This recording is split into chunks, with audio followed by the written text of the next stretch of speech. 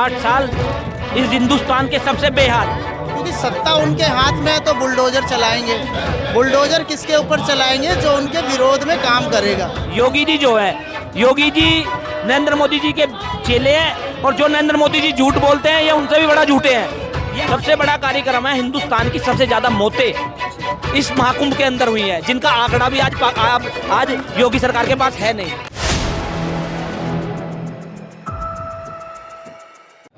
नमस्कार, आप देख रहे हैं 4 PM में आपके साथ नफीसा खान। उत्तर प्रदेश की योगी आदित्यनाथ की सरकार को 8 साल पूरे हो चुके हैं और इस कार्यकाल को लेकर खुद योगी जी उपलब्धियां गिनवा रहे हैं। सीएम योगी कह रहे हैं कि सुशासन, सेवा और सुरक्षा वाली सरकार रही है और उत्तर प्रदेश के अंदर अब रोजगार की भरमार हो गई है। लेकिन सवाल ये है कि क्या उत्तर प्रदेश से आए दिन आ रही खबरों की हकीकत कुछ और है, खबर छपती कुछ और है लेकिन फसाना कुछ और है, और क्या उत्तर प्रदेश के अंदर वाकई अब जनता का राज है या फिर जनता बेहाल है। मेरे साथ तमाम लोग जुड़ चुके हैं, उनसे समझते हैं कि यूपी की सरकार के 8 साल को वो कैसे देखते हैं और क्या योगी की सरकार में यूपी का विकास हुआ या विनाश हुआ। शुरुआत आपसे करती हूँ सर, क्या कुछ कहेंगे? 8 साल बेमिसाल, पहले 10 साल बेमिसाल का नारा बीजेपी ने दिया और अब योगी आदित्यनाथ 8 साल बेमिसाल दे रहे हैं, कैसे लगे 8 साल? 8 साल इस हिंदुस्तान के सबसे बेहाल, मैं ये कहना चाहूँगा, यूपी के 8 साल इस हिंदुस्तान के सबसे बेहाल राज्य के 8 साल है। ऐसा क्यों कह रहे हैं? ऐसा मैं इसलिए कह रहा हूँ, अभी इन्होंने जो बताया है, अभी इन्होंने कुंभ की बात की है कि कुंभ एक सुपरहिट, ऐसा एक कुंभ को इन्होंने एक ऐसे करके दिखाया है कि कितना बड़ा सुपरहिट कार्यक्रम हुआ है इनका। आप कुंभ में जाएंगे, आपने कुंभ में देखा होगा कि कितने लोगों की मौत हुई है, इनके पास आंकड़ा भी नहीं है, तो बेमिसाल हो कैसे सकता है। इन्होंने कुंभ को, जो यूपी की जनसंख्या है या हिंदुस्तान की जनसंख्या में को कम करने का काम कुंभ ने किया है। आपने देखा होगा एनजीटी ने भी 1 महीने पहले एक अपनी रिपोर्ट दी थी कि कुंभ का पानी हाथ उंगली रखने लायक नहीं है, नहाने की तो बहुत बड़ी बात है। फिर भी इन्होंने कुंभ के 15 दिन बढ़ा दिए। इन्होंने हिंदुस्तान को कुंभ के नाम पर बीमारी दी है, महामारी दी है। आप जाके देखिए जितने लोग कुंभ नहा के आए हैं, इन्होंने आंकड़ा दिया 60 करोड़ लोगों का।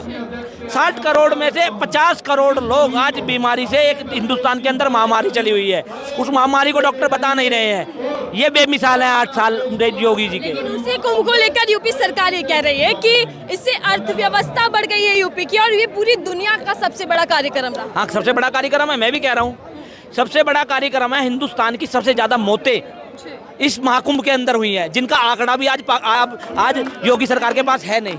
आप आने दीजिए 2 साल बाद चुनाव, योगी सरकार को पता चल जाएगा कुंभ में इन्होंने कितना पैसा, इन्होंने अपनी जो अर्थव्यवस्था को बढ़ाने का काम कुंभ में किया है। इसने अपने लोगों को रोजगार दिया है। इन्होंने जो एक, आपने देखा होगा कुंभ के अंदर एक तीन स्लैब थे आम लोगों के लिए, वीआईपी और वीवीआईपी।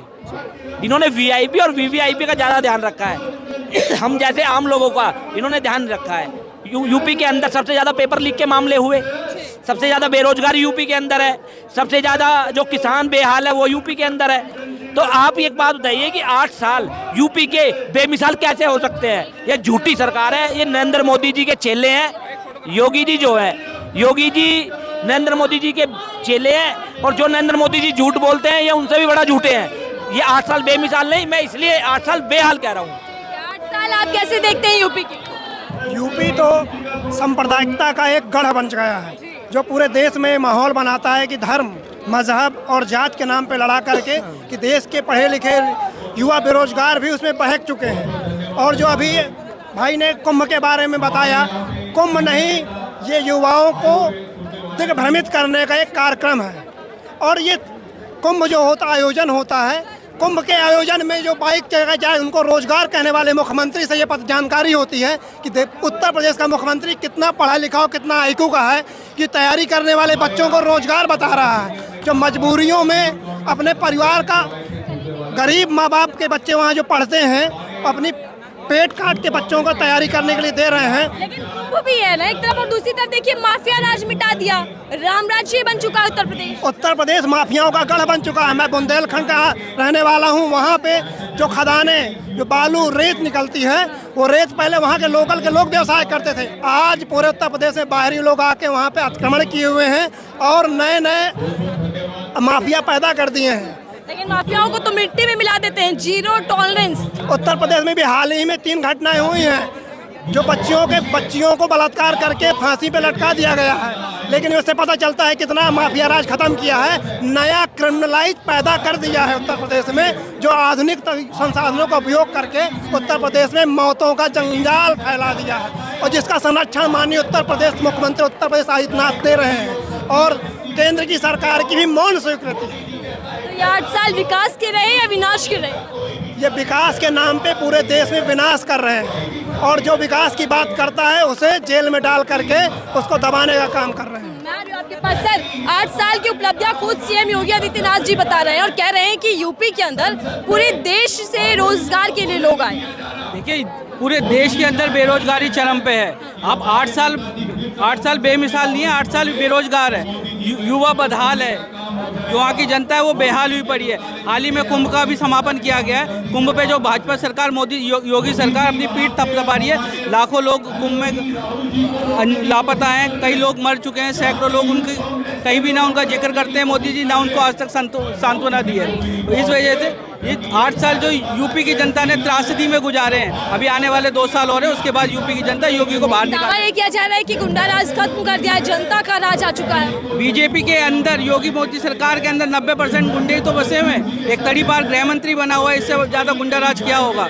कभी कोई सा भाजपा के ऐसे मंत्री का नाम बताइए जिसके ऊपर मुकदमे ना हो। हत्या, अपहरण, बलात्कार जैसे गंभीर संगीन धाराओं में उन पर मुकदमे दर्ज है, और वो अपराधियों की बात करते हैं। अपराध खत्म नहीं, अपराध दिन पे दिन बढ़ता जा रहा है योगी सरकार में। तो ये जो रिपोर्ट कार्ड आई है 8 साल की, ये आप कह रहे हैं कि फेल है? रिपोर्ट कार्ड बनाने वाले भी वही है, रिपोर्ट कार्ड दिखाने वाले भी वही है। असली रिपोर्ट कार्ड वो है जो जनता तय करेगी। जनता की रिपोर्ट कार्ड क्या है? जनता की रिपोर्ट कार्ड आपने देखी ना, 400 पार का नारा दिया था, केंद्र में बैसाखियों पे सरकार खड़ी हुई है।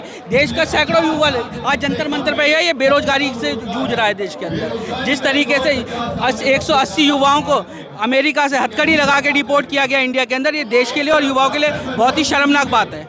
धर्म परिवर्तन को लेकर कानून बना दिया गया है। योगी सरकार इतनी मजबूत है कि अब कुछ भी गैर कानूनी तरीके से नहीं होगा, ना जबरन होगा।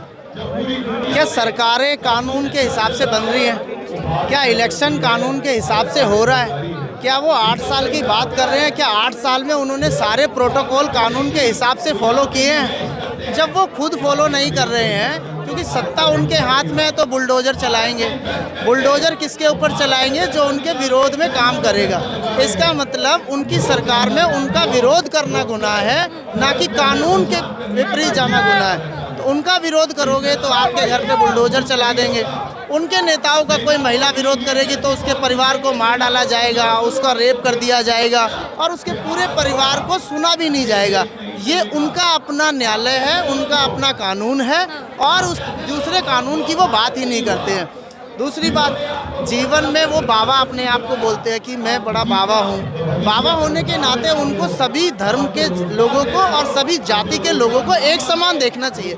किसी भी बाबा का कोई धर्म नहीं होता, लेकिन वो उनकी भाषा को सुनोगे तो वो मुस्लिम को हमेशा टेररिस्ट बताते रहते हैं, वो सिख को कभी उस नज़र से नहीं देख रहे हैं। उनके हिसाब से इस देश में सिर्फ हिंदू ही रहने चाहिए।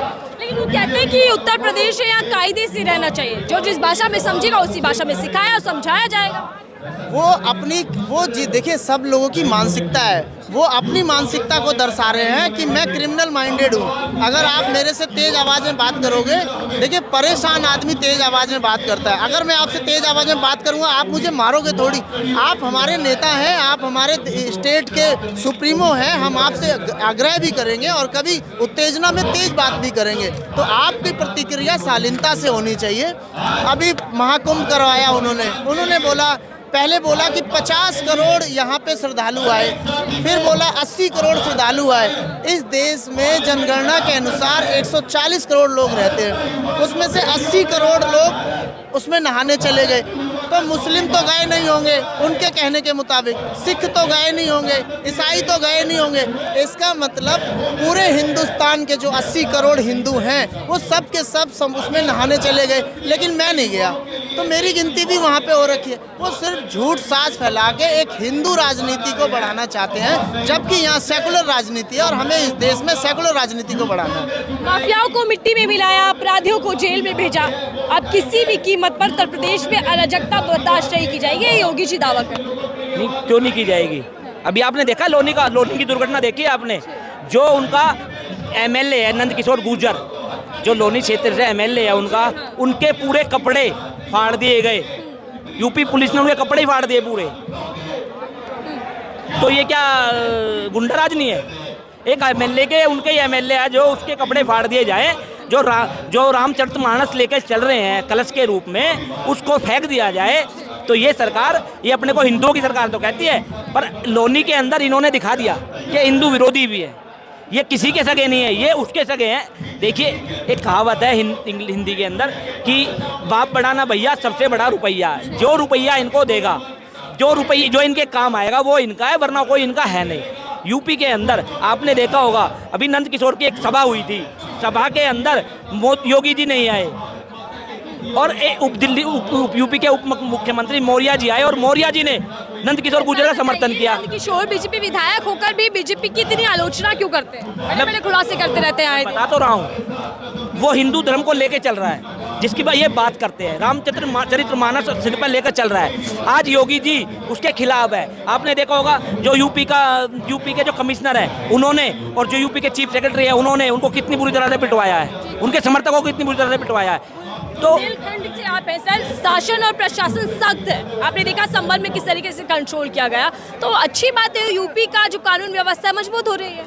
यूपी की कानून व्यवस्था इतनी अच्छी है कि आए दिन बलात्कार हो रहे हैं, रेप हो रहे हैं, मुकदमे लिखे नहीं जा रहे हैं, जो मीडिया के माध्यम से आ रहे हैं, मीडिया पे प्रेशर डाल के क्लिप हटावा दी जा रही है, और जो बहुत ही हाईलाइटेड या बहुत ही पॉलिटिकल लीडर चला गया विपक्ष का, थोड़ा सा जांच हो जाती है। जांच में क्या होता है, जो बलात्कारी होता है उसको बेल हो जाती है, बाद में जो गवाही देने जाता है उसको हत्या कर दी जाती है।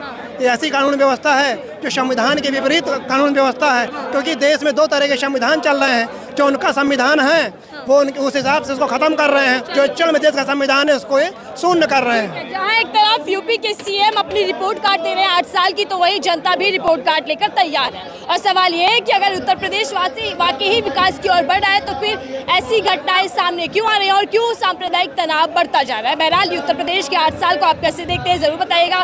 क्या रिपोर्ट कार्ड में पास होती है? आपकी राय जरूर कमेंट बॉक्स में लिखिएगा। देखते रहिए 4PM, मैं थी आपके साथ नफीसा खान।